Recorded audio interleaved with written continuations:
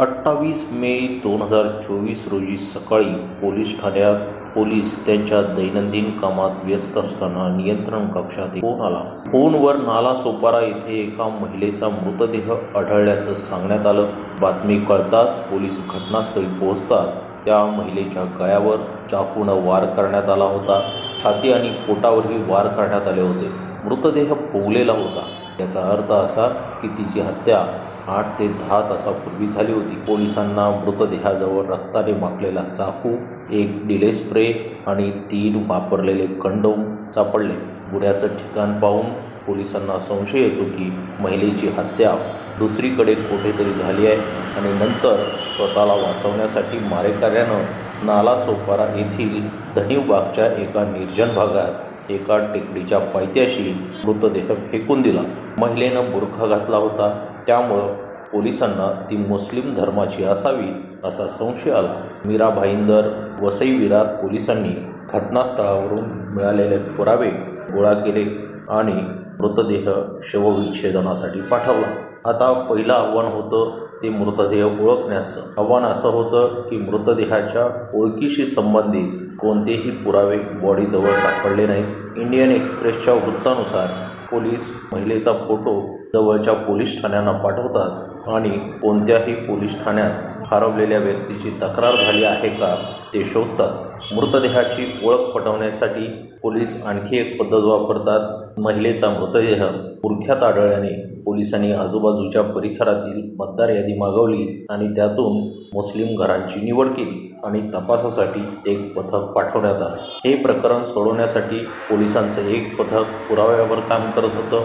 घटनास्थळी सापडलेल्या चाकूबद्दल जवळच्या दुकानांमध्ये चौकशी केली जाते, परंतु कोणताही सुगावा हाती लागत नाही. दुसरा पुरावा म्हणजे मृतदेहाजवळ सापडलेला डिले स्प्रे. त्यावर बॅच नंबर लिहिलेला होता.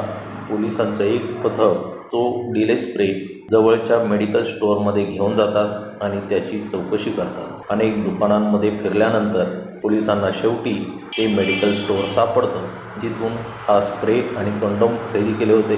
दुकानदारानं सांगितलं की एका माणसानं हे सामान घेतलं होतं.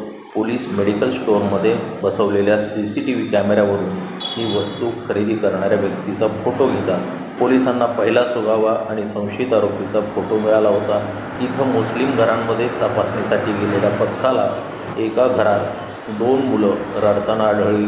शेजारच्यांना विचारलं असता असं आढळून आलं की या मुलांची आई गेल्या 3 दिवसांपासून बेपत्ता होती आणि वडील त्याबद्दल तक्रार नोंदवण्यासाठी गेले होते. पथक पोलीस स्टेशनमध्ये परत येतं, जिथे त्यांना जियाउल शहा नावाचा एक माणूस भेटतो, ज्याची पत्नी बेपत्ता होती.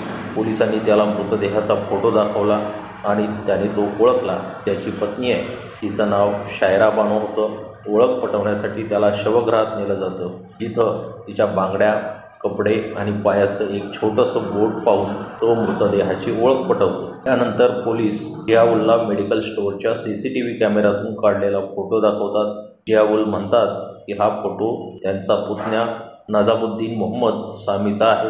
21 वर्षीय सामी पूर्वी जियाउलच्याच परिसरात राहत होता, पण लग्न झाल्यानंतर तो दिल्लीच्या अमन विहार परिसरातील एका बेकरीमध्ये काम करू लागला. जियाउल सांगतो की त्यानं त्याला काही दिवसापूर्वी त्याच्या परिसरात पाहिलं होतं. पोलीस ताबडतोब एक पथक दिल्लीला पाठवतात.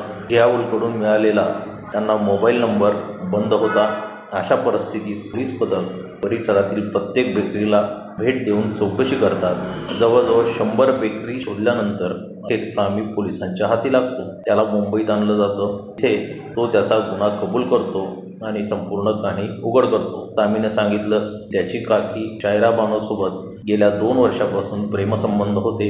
नंतर त्याचं लग्न झालं आणि तो दिल्लीला आला. सामीला शायराशी बोलणं थांबवायचं होतं, पण ती यासाठी तयार नव्हती. इथं जेव्हा जेव्हा तिचा फोन यायचा तेव्हा सामीची बायको त्याच्यावर संशय घ्यायची. त्यामुळे सामी आणि शायरा यांच्यात भांडणं होऊ लागली.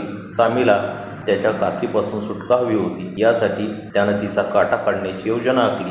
तो एके दिवशी दिल्लीहून मुंबईत आला आणि त्यानं शायराला एका निर्जन ठिकाणी भेटण्यासाठी बोलवलं. त्यानं परिसरातील मेडिकल स्टोअरमधून डिले स्प्रे आणि कंडोम खरेदी केले. इथे त्यानं प्रथम शायरासोबत लैंगिक संबंध ठेवले आणि नंतर चाकूनं तिचा गळा चिरला. त्यानं शायराच्या छातीवर आणि पोटावर चाकूनं वार केले. जेव्हा शायरा मृत झाली तेव्हा त्यानं प्रेत टेकडीच्या पायथ्याशी फेकून दिलं. त्यानं चाकू, डिले स्प्रे तिथेच सोडला आणि वापरलेला कंडोम घटनास्थळीच फेकला. नंतर तो दिल्लीला परत गेला. घटनास्थळी सापडलेला स्प्रे आरोपीपर्यंत पोहोचण्यासाठी महत्त्वाचा पुरावा ठरला. पोलिसांनी त्याच्याविरुद्ध गुन्हा दाखल केला आणि त्याला तुरुंगात